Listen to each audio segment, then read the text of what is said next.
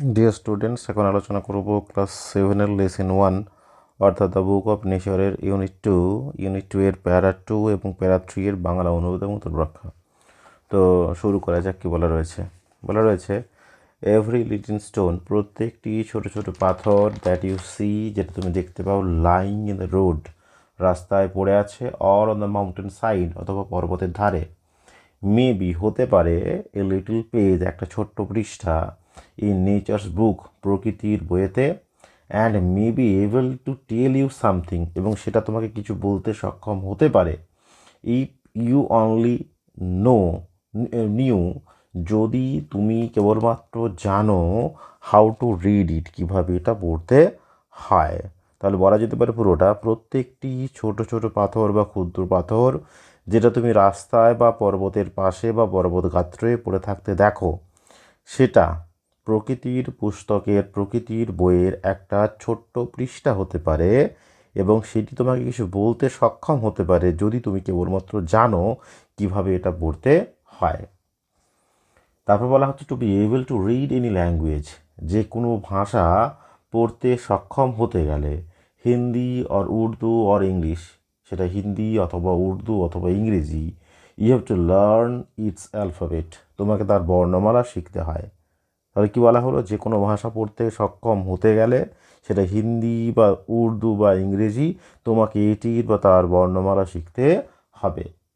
So also you must learn the alphabet of nature before you can read her story in her books of stone or rock. So also, একই রকমভাবে, you must learn, তোমাকে শিখতেই হবে, তোমাকে অবশ্যই শিখতে হবে, দ্য অ্যালফাবেট অফ নেচার, প্রকৃতির বর্ণমালা, before you can read her story, তার গল্প পড়ার আগে, in her books of stone and rock, তার পাথর এবং শিলার বইয়েতে। কি বলা যেতে পারে, একই রকমভাবে তার পাথর ও শিলার বইয়েতে তার গল্প পড়তে পারার আগে, পড়তে সক্ষম হওয়ার আগে, তোমাকেও প্রকৃতির বর্ণমালা শিখতেই হবে বা অবশ্যই শিখতে হবে। ইভেন নাও, এমনকি এখন, পারহ্যাপস, হয়তো, সম্ভবত, ইউ নো এ লিটল, তুমি খুব কমই জানো, তুমি অল্পই জানো, হাউ টু রিড দিস, কীভাবে এটা পড়তে হয়।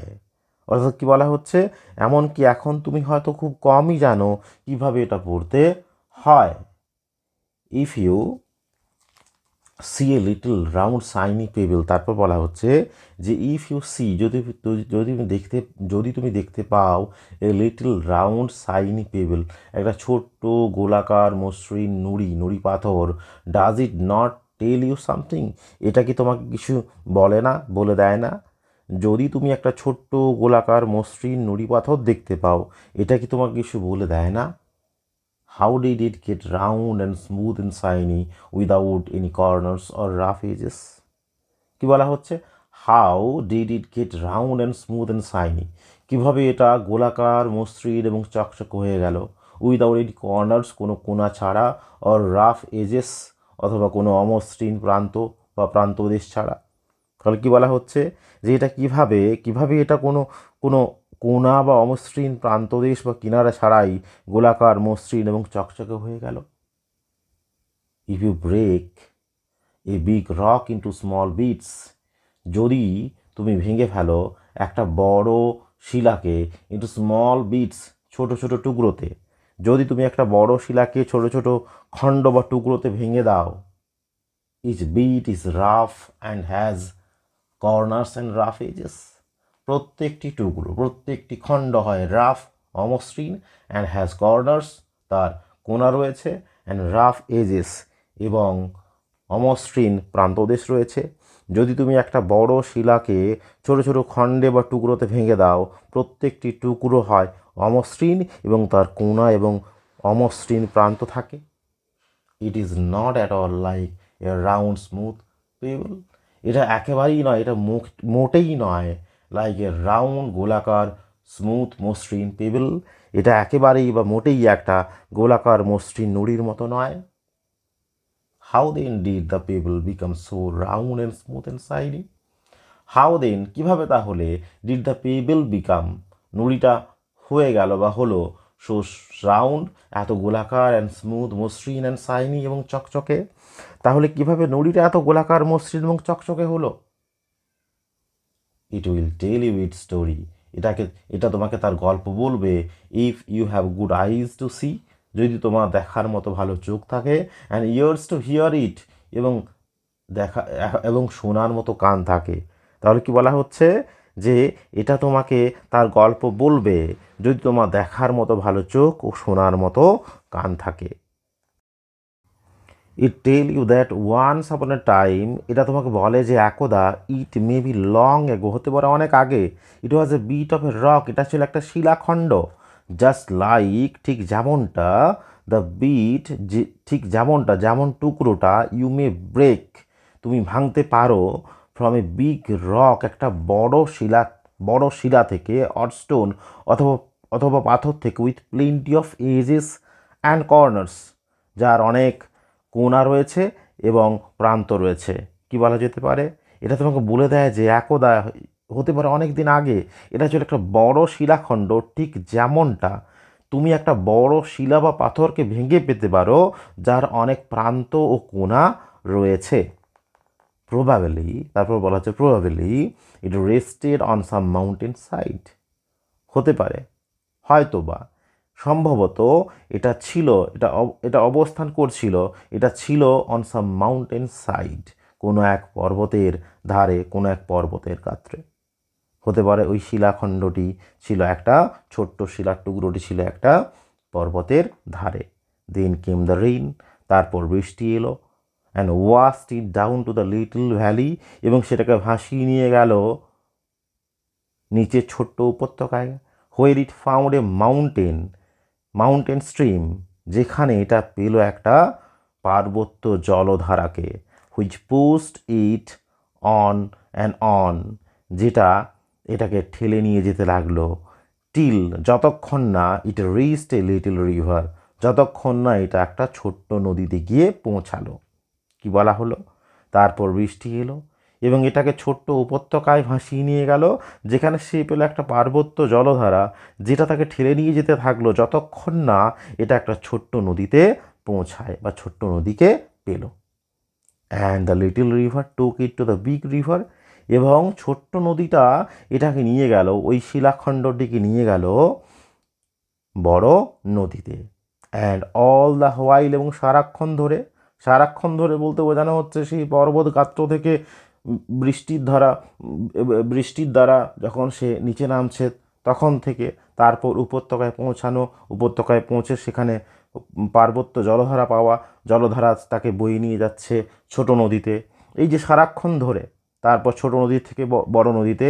অ্যান্ড অল দ্য হোয়াইল, এবং সারাক্ষণ ধরে, it rolled at the bottom of the river, সারাক্ষণ ধরে এটা কি হচ্ছে না নদীর তলদেশে গড়িয়ে গড়িয়ে যেতে থাকছে। তাহলে কি হচ্ছে? এবং সারাক্ষণ ধরে এটা নদীর তলায় গড়িয়ে গড়িয়ে যেতে লাগলো। And its edges were worn away, এবং তার ফলে কি হলো? তার অমসৃণ উপরিভাগ ক্ষয়প্রাপ্ত হলো, বা তার প্রান্তগুলো, এজ বলতে বোঝানো হচ্ছে প্রান্তগুলোকে, এটির প্রান্তগুলো ক্ষয়প্রাপ্ত হলো। অ্যান্ড ইটস রাফ সারফেস, এবং এর অমসৃণ উপরিভাগ মেড স্মুথ অ্যান্ড শাইনি, হয়ে গেল মসৃণ এবং চকচকে। তাহলে পুরো অংশটা বলা যেতে পারে, পুরো লাইনটা, পুরো সেন্টেন্সটা। এবং সারাক্ষণ ধরে এটা নদীর তলায় গড়িয়ে গড়িয়ে যেতে লাগলো, এবং এটির প্রান্তগুলো, তার ফলে কি হলো? এটির প্রান্তগুলো ক্ষয়প্রাপ্ত হলো ও এটির অমসৃণ উপরিভাগ মসৃণ ও চকচকে হলো। তারপর বলা হচ্ছে, so it became the pebble that you see, এইভাবেই কি হলো? অতএব এটা নুড়িতে পরিণত হলো, যেটা তুমি দেখতে পাও। পণ্ডিত নেহেরু তার কন্যাকে বলছে যে এইভাবে এটা নুড়িতে পরিণত হলো, যেটা তুমি দেখতে পাও, যে নুড়িটা তুমি দেখতে পাও। Somehow the river left it behind, কি বলা হচ্ছে? সামহাও, যেভাবেই হোক, নদী এটাকে ফেলে রেখে গেল, নদী এটাকে বহন করে নিয়ে গেল না। তারপরে কি হলো তাহলে? Somehow the river left it behind, যেভাবেই হোক নদী এটাকে ফেলে রেখে গেল। অ্যান্ড ইউ ফাউন্ড ইট, এবং ইউ ফাউন্ড ইট, এবং তুমি এটাকে পেলে। তাহলে নদী রেখে গেল বলেই তুমি এটাকে পেলে, ওই নদীটাকে পেলে। If the river had carried it on, এবং যদি নদী এটাকে বহন করে নিয়ে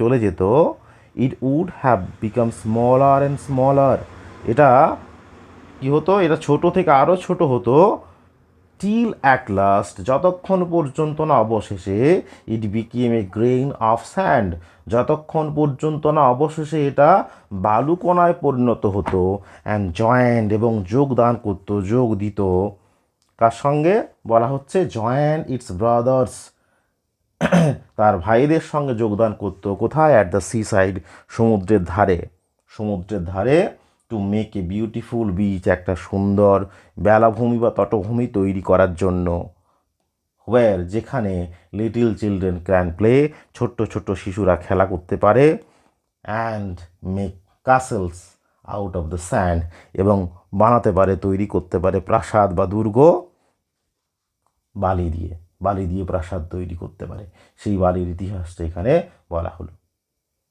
if a little people can tell you so much, তারপর নেহেরু তার কন্যাকে বলছেন যে যদি একটা ছোট্ট নুড়ি তোমাকে এত কিছু বলতে পারে, how much more could we learn, আমরা কতটা বেশি পরিমাণ জানতে পারি, শিখতে পারি, from all the rocks and mountains, সমস্ত শিলা থেকে এবং পর্বত থেকে, অ্যান্ড শুধুমাত্র তো শিলা পর্বত নিয়ে তো প্রকৃতি নয়, অ্যান্ড মেনি আদার থিংস, এবং আরও অন্যান্য জিনিস থেকে, উই সি অ্যারাউন্ড আস, যেগুলো আমরা আমাদের চারিপাশে দেখতে পাই।